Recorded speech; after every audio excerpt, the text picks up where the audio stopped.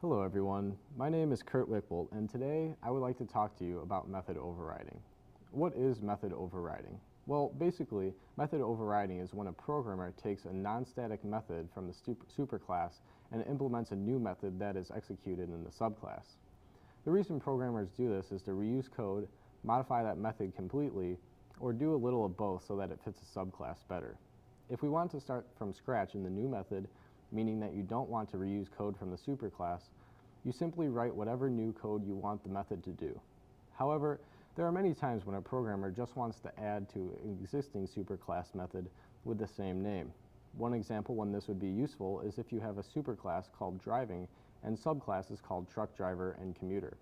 In the superclass, we might have a method called drive that contains basic movements such as moving wheels, accelerate, stop, and gear shift. However, if we wanted to take that basic method into the subclass while still maintaining the method drive, we can.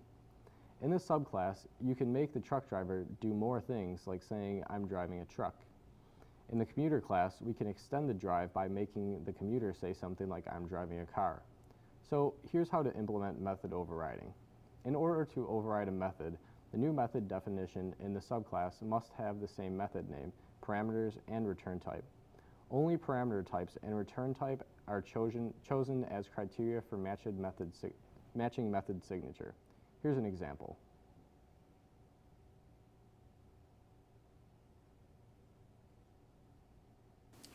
So for our example on method overriding, we can see here that we have our lab 10.1 from before, but we just mixed it around a little bit to fit it to our needs.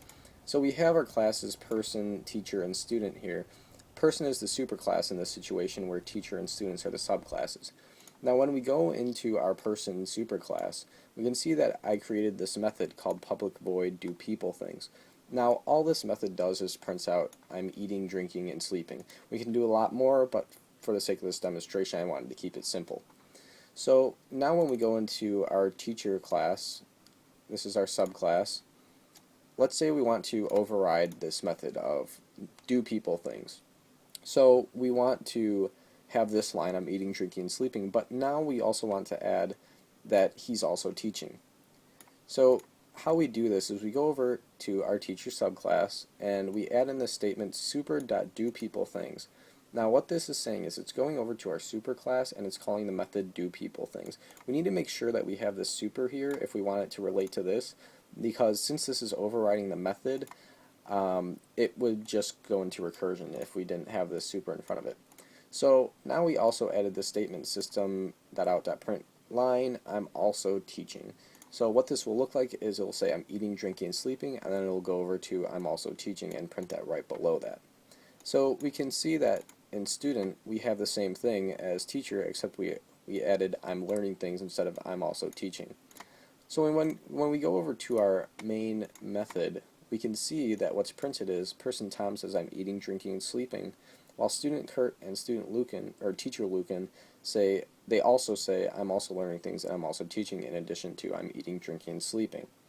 So this is a great way to add things, and it does so, and it reuses code and it saves time and resources.